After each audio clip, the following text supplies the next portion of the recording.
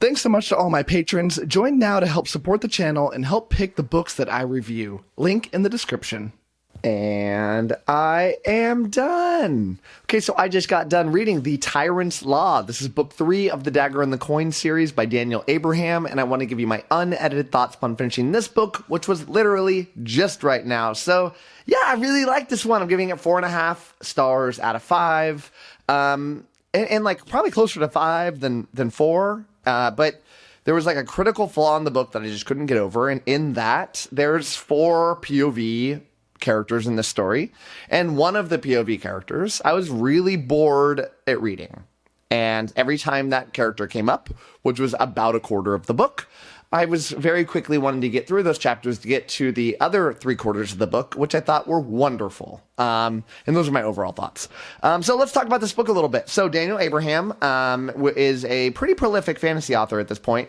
Has written quite a few things. The one thing he's written the most that you may not recognize him from is that he is the half of the brainchild behind the *𝐿 series. Yeah, I think it's James S.A. Corey is the name, the pseudonym that 2 different authors together came together to do that. One of them is Daniel Abraham. I don't know the name of the other. But this series is one that he wrote, I think, before that, because I think the series has been out for quite a while now, is this Dagger and the Coin series. And it's a classic feel to that, kind of Western European castle-ish sort of culture to it. Almost has a Italian merchant class sort of trading aspect to it. And an interesting fantasy story that involves some light magic and a lot of intrigue. And to see what Daniel Abraham's take on this is. And he does an extremely good job. And in the first book, he takes things in what you think is a very classic kind of tale, and he spins things in a really fun way, in a really dramatic way. I have a thing with authors in that, in fantasy stories especially, I sometimes have a criticism that authors don't go big enough. They don't make the stakes big enough. I mean, they're an author. They can do literally anything. Why not go for epic, go for huge when the moment calls for it? And if you need to shock the reader, shock them in a huge dramatic way. And these are things that Daniel Abraham successfully did, that as a longtime fantasy reader, even for me, it was like, wow, he really went there. And that's great. I love that feeling. Almost every time that I've ever said that, I think probably exclusively every time I've ever said that, has been a positive thing, because I want to be surprised as a reader, especially the more books I read, the less I end up surprised. So this is great.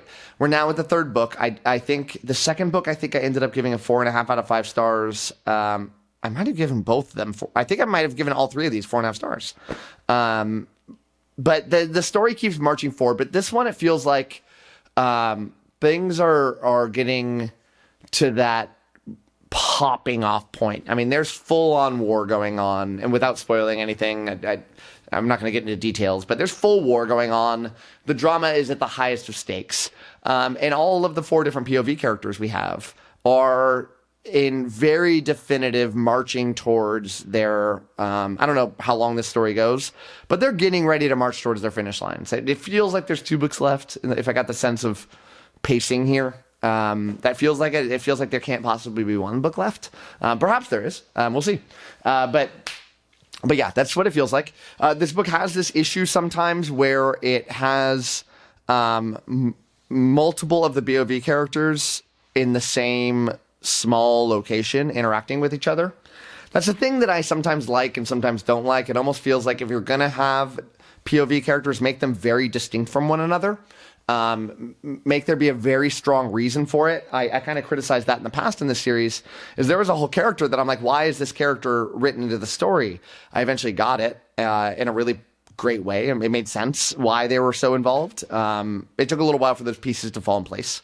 But here I'm ended up questioning some of these moments where it's like, do we really need to hear 2 perspectives from people in the same room? but this this one finally is to the point where it's like all the characters are marching to their own thing, right? They have very clear stories that aren't that intertwined anymore. Ideally, they're going to get back together at some point, but it's really nice. The storylines in general that you get here is you have a banker, this woman banker who's extremely smart, who feels like one step ahead of everything. Probably what I suspect is most people's favorite character from the bunch, certainly mine, but one that you have to smile at when she gets on the page. But very well done young woman, and what a young woman in over her head would probably be going through. But yeah, great.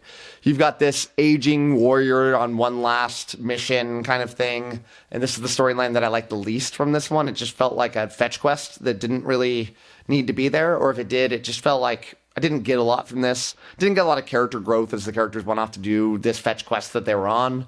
Kind of bored me a little bit. Then you have the getter. You have I don't want to say what he is in this story because it would ruin things from the first book, but he's a very central figure, very politically relevant figure, that is definitely my favorite, character to read, like not the one I root for, but the one that is the most well-written character. The most gray character, the character that really feels real, that you detest in certain ways, but you kind of understand why this kid would be going through what he's going through.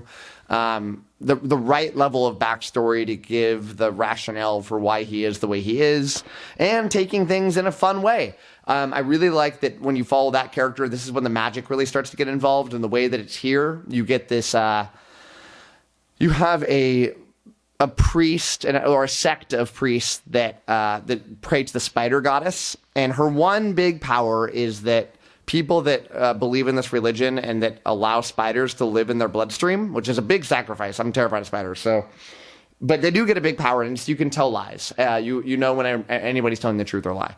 And in a book that involves political drama and kingdoms going to war, the ability to tell if people are lying or not is a pretty big deal. Pretty big deal. And it allows this religion to kind of blossom. So yeah, but being around this character and the one that interacts with this magic system and the major political chess pieces going on is really nice.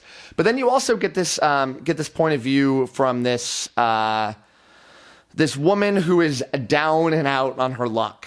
I don't want to go into too much more detail, but her husband is no longer in the picture, and she's trying to pick up the pieces with a young lover and going through all the things that like the emotional side of the story. It's very well done. I mean, Abraham writes great characters, very believable characters that I can't get enough of. I mean, even the one that I didn't love the most of, I think my biggest criticism of is I didn't really get too much character depth on him. I got the quest. I wanted to delve more into him and Abraham does a great job when he tries to accomplish this. So yeah, great book overall. Just clean up that one character and things would be great here. Can't wait to see where things go. Love this series. Very underrated series. Nobody's talking about this thing. My Discord talks about it all the time. For some reason, a lot of people on my Discord love this series. And they did like they did like a buddy read of it. Like a bunch of people got together and read it. And when I said I'm reading, everybody's all excited because I'm like the last one to the game. So I can't wait to keep rowing because I hear things get better and better. So let's see how that goes. Hopefully that's true. But in the meantime, pick up this series, Dagger and the Coin. You're probably not going to be disappointed. If you're into that classic fantasy with some political stuff going on, you have a lot to like here. So that's it from me. Thank you so much for watching. And as always, happy reading to you. Thanks again to all my patrons, with a special shout out to my Ascendant tier and Librarian tier patrons: Amy, Alex P, Anna G, Brady K, Doust, Darren, Jerry, Jonathan, Nev's Book Channel, Ron Reich, Ryan L, Sydney Baker, Anna, Blair, Eric Cannon, Joe UK, Kat Mick, Ricky Iman, and Sky. Thanks for sticking to the end of this video, and if you want to watch some more content from my channel, click over here and I've got some good videos for you. Thanks so much.